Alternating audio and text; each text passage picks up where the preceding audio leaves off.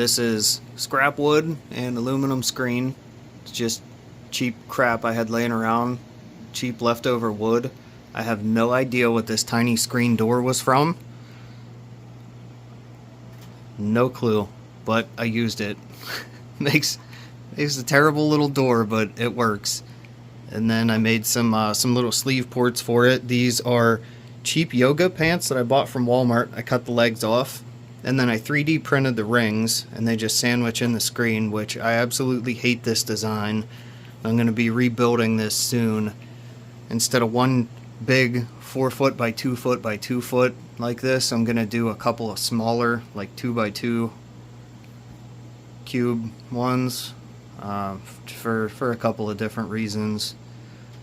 But I mean, this works. It's just not ideal. It doesn't retain humidity that well, so a lot of the grasshoppers, when they molt, they don't molt properly, and they end up losing their back legs, and a lot of them, not a lot, but some will die in the molt from molting issues. So I want to deal with that, and I'm also going to experiment in one of them with putting topsoil on the floor and a cleanup crew of springtails and isopods and probably super worms. And I want to see if a massive cleanup crew will be enough to take care of the waste from the grasshoppers, because these guys poop a lot and it's super annoying to clean out. So I'm trying to come up with a way that I don't have to clean it, or don't have to clean it much. The biggest problem whenever you go to clean is the tiny little babies, if I can get it to focus here. These little tiny nymphs. These things are so difficult to deal with when you're trying to clean, because they get all over you and all over your tools, and then they end up all over the place outside. They stick to you, they come out with your tools. Like, I use a little brush to sweep in here. They get stuck in the bristles, and you end up killing a ton of them too. It's pretty much impossible to avoid. So I'm working on improving everything down here. I have so many projects going on, it's taken me forever. So, but this piece of crap has held together for almost 3 years now, and it produces hundreds and hundreds of grasshoppers. And a lot of people claim you have to separate them. I don't separate them. It'll get to the point where I get almost no babies in here, and like they won't breed and produce any for a couple of weeks, and the colony will start to dwindle, and it's like instinct kicks in, and they realize that their species is dying off, and they breed like mad, and I'll get a few hundred babies in a week. So it's kind of nice too, because these are insanely expensive to feed.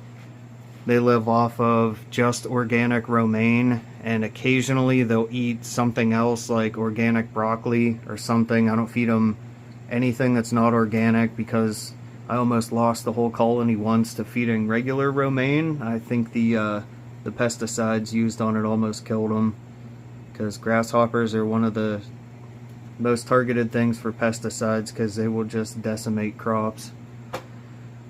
So I feed only organic stuff, and the only thing that mine will eat is romaine and sometimes broccoli. I've tried squash and cucumber and carrots and all kinds of crap, and they won't touch anything else. So, but then my organic romaine is $4 for 3 hearts of it, and they eat 3 to 4 hearts a day. So just to give you an idea what it costs to keep a colony this size, it costs me right around $140 a month just to feed them. And then on top of that, they have 2 floodlights above them for heat. You can see they kind of like the warmth, so it stays in the 90s in here. It's freaking hot, even with it being open like this. So they like it to be really hot. I made them some little crappy 3D printed like teepees, just for extra like wall space to cling on to. There's one on either side. I actually like those things. And this piece in the middle is just a big arched piece of 1/2-inch hardware cloth that I just cut and then filed all the sharp edges off of. I pile their food on top of it, keeps it up out of their poop, and it makes it a lot easier to clean the excess that they don't eat. I change it out. I feed them twice a day, and I take the leftover food, like the middle of the day. I'll take whatever's in there out and give them all fresh stuff. So then their nest box here, that's what this is. It's kind of hard to focus on through the screen, but it's just a tub of topsoil and play sand mix, and that tube is a little piece of PVC with a copper elbow on it, and I have that shoved down in the other side. Once a day I fill it up with water and just let it slowly trickle into the soil to hydrate it. I had a problem once where the eggs were all drying out and wouldn't hatch, and then I started spraying water directly on top of this, and then the next problem I had, the soil was nice and moist, but it compacted too much and it suffocated all the eggs and they all died. So this was the best solution I could come up with to keep it hydrated. So I just fill that little it's, I don't know, probably a foot long piece of PVC. I fill that once a day with water, and I have a big pump sprayer. I mist these guys twice a day, once around noon and then once again around midnight. I feed them at noon and midnight. So I just give them a couple romaine hearts and then spray them all down, and they're good. So, but I'll check and grab my thermometer here. I'll check some temperatures in here so you can see what they're like.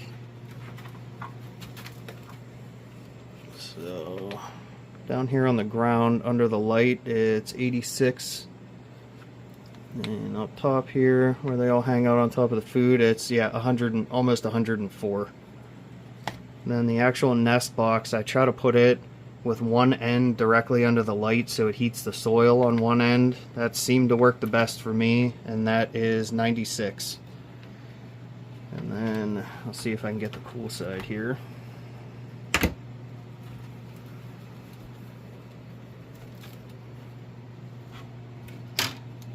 Yeah, this is falling apart. It's so bad. I'll make a video of the new ones that I build. Yeah, this is 88 over here. It goes down to 85 back in the corner, and under their food is like 91, 90s, high 80s to mid 90s. So it stays pretty hot in here. And these are one floodlight is a 75 watt Pangea bulb, and the other one is a 175 watt Philips that I had left over from something, and I put it in here, and these guys really liked it. They need a lot of heat, and in an open setup like this it has to be some really high wattage bulbs. But once I get them in new ones, I'm gonna build something like this PVC enclosure, except I'm gonna leave the front like half screen, and so I can put the sleeve ports in solid walls, but then still have screen for good ventilation, and so I can easily see what I'm doing in there. But then whenever I do that, it'll make it a lot easier to keep the temperature and the humidity up, so I won't have to use like multiple bulbs in there to heat it. And I don't need as high of wattage bulbs either, because it'll retain the heat a lot better. So, and then this is one of my new enclosures that I'm just about finished with. I'm going to be making videos on these and the rack pretty soon. That's a new setup I'm trying out. I'll see how it works. So, yeah, if you have any other questions about the grasshoppers, feel free to ask, and I'll be happy to answer whatever I can.